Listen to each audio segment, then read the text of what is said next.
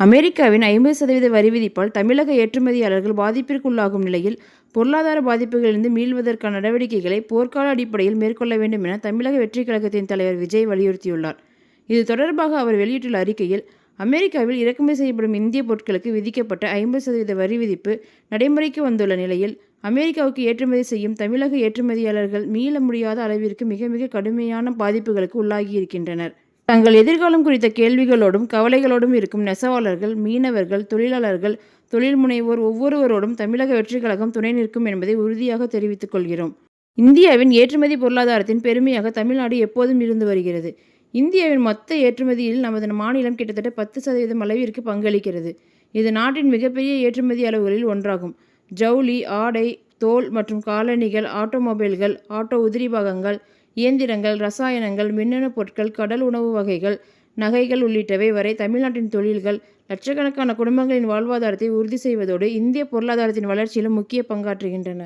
இந்நிலையில் இந்திய பொருட்கள் மீது அமெரிக்காவின் 50% என்ற புதிய வரி விதிப்பு நடைமுறைக்கு வந்துள்ளதால், தமிழக ஏற்றுமதியாளர்கள் தாங்கள் மேற்கொண்டு வரும் ஏற்றுமதி தொழிலை கைவிடும் நிலைக்கு தள்ளப்பட்டுள்ளனர். ஏனெனில், வங்கதேசம் உள்ளிட்ட பிற ஆசிய நாடுகள் மீது அமெரிக்கா இந்த அளவிற்கு வரியை விதிக்கவில்லை. இதனால் அமெரிக்காவில் இறக்குமதி செய்யப்படும் மற்ற நாட்டு பொருட்களின் விலை குறைவாகவும், அதே நேரத்தில் 50% வரி விதிப்பிற்கு உட்படுத்தப்பட்ட இந்திய பொருட்களின் விலை அதிகமாகவும் இருக்கும். வரி அதிகமான காரணத்தினால் அமெரிக்க வணிகர்கள் இந்திய பொருட்களை வாங்குவதை தவிர்த்து வருகின்றனர். இது தமிழக ஏற்றுமதியாளர்களின் தலையில் விழுந்த மிகப்பெரிய இடியாகும். இந்த வரி விதிப்பு நடைமுறையால் தமிழகம் முழுவதும் லட்சக்கணக்கான வேலைகள் ஆபத்தில் உள்ளன. திருப்பூரில் உள்ள ஆடை தொழிற்சாலைகள், கோயம்புத்தூரில் உள்ள ஏற்றுமதி சார்ந்த தொழில் நிறுவனங்கள், ஒருங்கிணைந்த வேலூர் மாவட்டத்தில் உள்ள தோல் தொழிற்சாலைகள் மற்றும் கடல் உணவுகளை ஏற்றுமதி செய்யும் மீனவர்கள் ஆகியோரின் வருமானம் குறைந்து, தொழிற்சாலைகள் மூடப்பட்டு நேரடியாகவும் மறைமுகமாகவும் வேலைவாய்ப்பை பெறும் லட்சக்கணக்கான தொழிலாளர்கள் வேலை இழப்புக்கு உள்ளாகும் அபாயத்தில் உள்ளனர். இதனால் ஏற்றுமதி பொருளாதாரத்தின் முதுகெலும்பாக இருக்கும் தமிழ்நாட்டின் இளைஞர்கள், பெண்கள் மற்றும் சிறு தொழில் முனைவோர்தான் முதலில் பாதிக்கப்படுவார்கள். இந்த கூடுதல் வரி விதிப்பு அச்சுறுத்தல் சிறிது காலமாகவே இருந்து வந்தது என்பது அனைவருக்கும் தெரிந்த ஒன்றுதான்.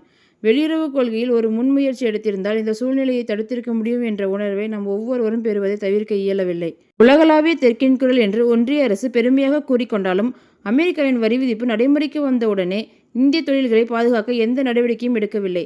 தமிழ்நாட்டை ஆளுகின்ற திமுக அரசும் ஏற்றுமதியாளர்கள் மற்றும் தொழிலாளர்களை பாதுகாக்க எந்த அவசர திட்டமோ, நிவாரண நடவடிக்கைகளோ அல்லது தொலைநோக்கு பார்வையோ இல்லாமல் முதலீட்டு உச்சி மாநாடுகள் மற்றும் புரிந்துணர்வு ஒப்பந்தங்கள் பற்றிய வெற்று விளம்பரங்களோடு தன்னை நிறுத்தி கொண்டுள்ளது. தூத்துக்குடியிலிருந்து அமெரிக்காவுக்கு கப்பல் மூலம் கொண்டு செல்லப்பட்ட கடல் உணவுகள் 50% வரி விதிப்பால் பாதி வழியில் தூத்துக்குடிக்கே திருப்பி அனுப்பப்பட்டுள்ளதாக வந்த செய்திகள் கவலை அளிக்கின்றன. ஏனெனில், இதில் பாதிக்கப்படுவது தமிழக ஏற்றுமதியாளர்கள்தான். எனவே, தொழில் மற்றும் வேலைவாய்ப்பினை பாதுகாப்பதற்காக ஒன்றிய, மாநில அரசுகள் போர்க்கால அடிப்படையில் நடவடிக்கை எடுக்க வேண்டியது கட்டாயமாகிறது.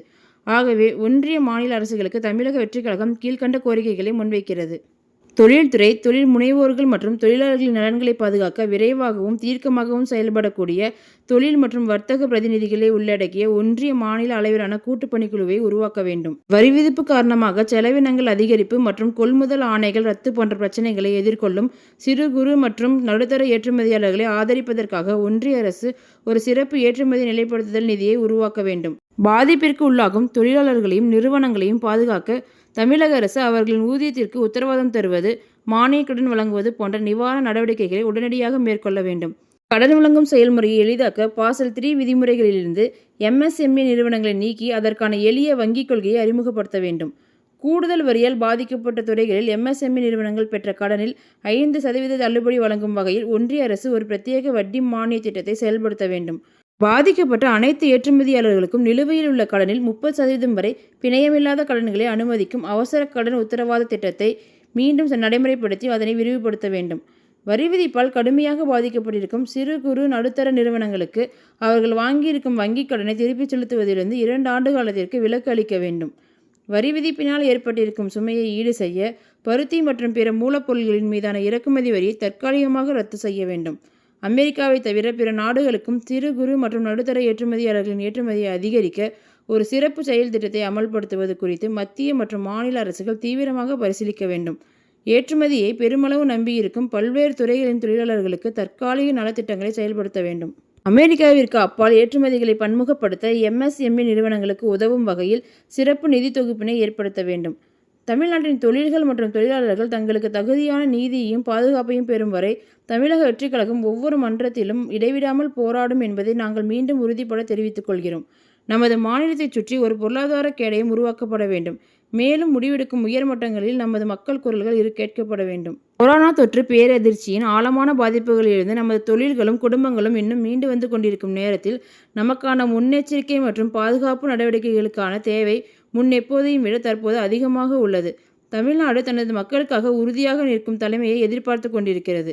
இந்த உலகளாவிய அரசியலால் தமிழக தொழில்துறை நசிந்து போய்விடாமல் பாதுகாக்க வேண்டியது ஒன்றிய மற்றும் மாநில அரசுகளின் கடமையாகும். எனவே பொருளாதார பாதுகாப்பு நடவடிக்கைகளை துரிதமாக முன்னெடுத்து தமிழக ஏற்றுமதியாளர்களையும் ஏற்றுமதி சார்ந்த தொழில்களையும் தொழிலாளர்களையும் பாதுகாக்கும் நடவடிக்கைகளை போர்க்கால அடிப்படையில் மேற்கொள்ள வேண்டும் என தமிழக வெற்றிக் கழகம் சார்பில் வலியுறுத்துகிறோம் என கூறியுள்ளார்.